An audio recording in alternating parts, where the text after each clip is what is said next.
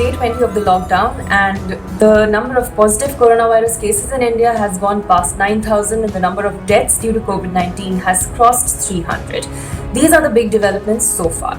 Now, even as India is reporting a rise in number of deaths with each day due to the COVID-19, however, it appears that the disease spread is so far so controlled as for the government to start making a roadmap for resumption of economic activity in certain places. So towards that end, what the government has done is, or what it plans to do is, divide the country into red, orange and green zones.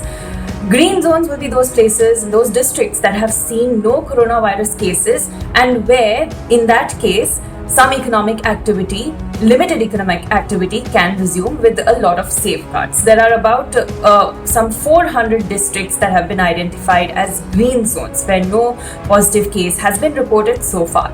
Apart from that, orange districts are those districts where less than 15 coronavirus cases have been reported. Over here also some limited economic activity can resume, like there can be limited public transport can also be thought of in these orange districts, and harvesting of farm products can also be an exercise that can resume here. Places that have witnessed more than 15 cases of COVID-19 are described as red zones, and there will be no economic activity over here. These places will be under lockdown. Another development is that the government is mulling of starting resumption of activity in industrial towns in particular. Industrial townships may begin production by using a very limited workforce. In sectors like textiles and autos and electronics, about 20 to 25% staff in a single shift is being proposed.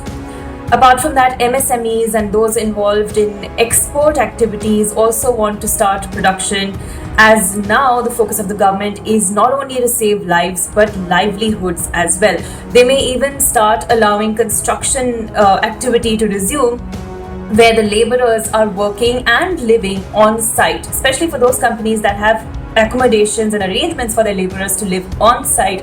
These are some sectors that may be allowed to work soon.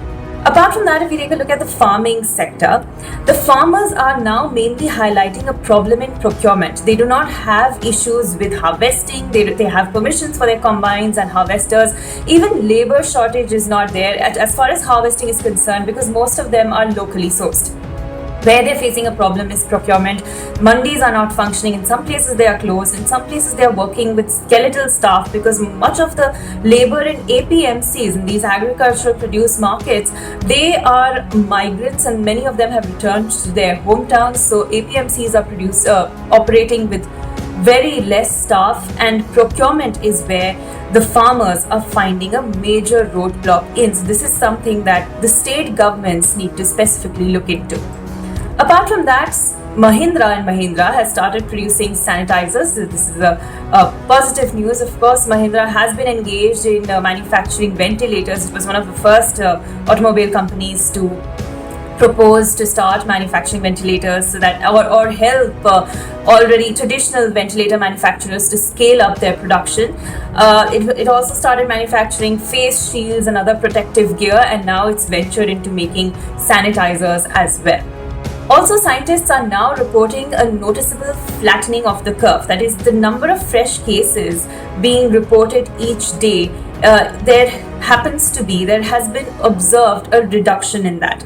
Now, this study was conducted in Chennai's Institute of Mathematical Sciences, and this flattening in the curve reflects the success of India's lockdown so far. It has helped in curbing the spread of COVID-19. However, it's of course too premature to celebrate this.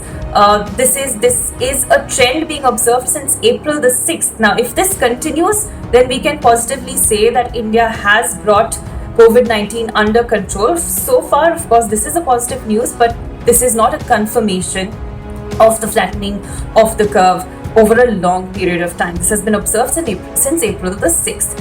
Another factor that's bringing scientists some comfort is the fact that the positivity rate, or the proportion of people who are testing positive against the number of people who are tested, has remained more or less static despite the increase in the number of tests that are being conducted now. So even though there are a larger number of tests being conducted, the number of people who are being tested positive has remained more or less the same, which probably indicates that the spread of the disease is not much.